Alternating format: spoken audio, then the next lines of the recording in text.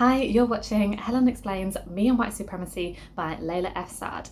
Day 5, You and White Superiority. Now, if you haven't watched my introduction video, then please do so. Click up here, I'll link to it up here, and I'll also link to it down in the description. I really recommend you watch that one first before you get into this one, because I'm going to just jump straight in. I'm not going to give you really any introduction because that video says it all.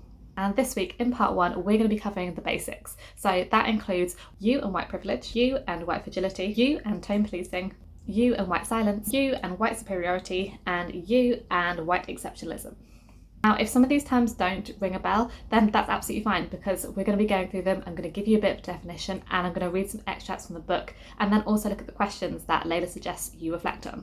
And even if these terms are really familiar to you, then it's always worth going over something again, and you might learn something new, as Layla's take is really direct, really well thought out and explained, and just fantastic in helping you understand how these fit into the overall overarching white supremacy. Day 5, You and White Superiority.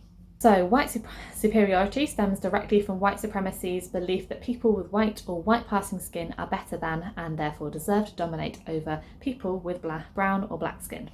The most extreme manifestations of this are the KKK, neo-Nazis, and the ideology behind right-wing nationalism.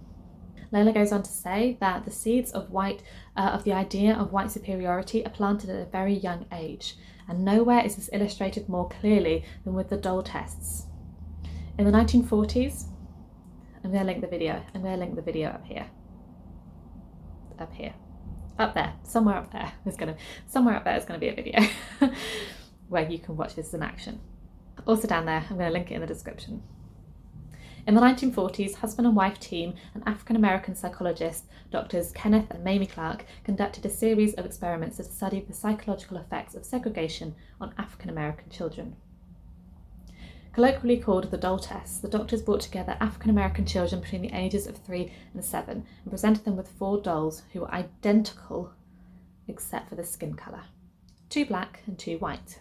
The children were asked to identify the races of the dolls and which colour doll they preferred. A majority of the children preferred the white doll, assigning more positive traits to it than the black doll. The conclusion of the experiment was that prejudice, discrimination and segregation had created a feeling of inferiority among African-American children and damaged their self-esteem. While the 1940s test showed how inferiority developed in black children because of white supremacy, it was the updated Dolls test in 2010, commissioned by CNN, that illustrated how white superiority developed in white children because of white supremacy. Renowned child psychologist and university professor Dr. Margaret Beale Spencer was hired as a consultant by CNN to recreate the Dole test for the modern age. This time, however, white children were tested as well as black children. The test showed that white children tended to identify the colour of their own skin with more positive attributes, and those with darker skins with more negative attributes. The researchers called this phenomenon white bias. The test showed that black children were far less likely to respond with white bias. Dr. Spencer concluded all kids, on the one hand, are exposed to the stereotypes. What's really significant here is that white children are learning or maintaining those stereotypes much more strongly than the African American children. So as Layla says, it is no surprise that around the world today, even here in the Middle East where she lives, it is far easier to find white dolls than black or brown dolls in toy shops. White dolls, like white people, are seen as the norm, superior in all ways to black and brown dolls and black and brown people.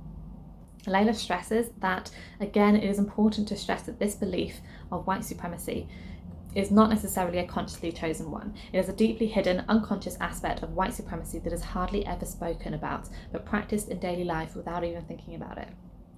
The reality is that you've been conditioned since you were a child to believe in white superiority, through the way your history was taught, through the way race was talked about, and through the ways students of colour were treated differently from you. You've been educated by institutions that have taught white superiority through a curricula that favoured a white biased narrative, through the lack of representation of BIPOC, and through the way that these institutions handled acts of racism. You've been conditioned by the media that continues to reinforce white superiority through an overrepresentation of celebrities and leaders who look like you, through the cultural appropriation of BIPOC fashion, language and customs, and through the narrative of the white saviour. You need to look at white superiority so that you can begin to unravel it within yourself and dismantle it within the spaces around you. So there's only one journaling prompt this day. Think back across your life from childhood to where you are in your life right now. In what ways have you consciously or subconsciously believed that you are better than BIPOC? She says, don't hide from this. This is the crux of white supremacy. Own it.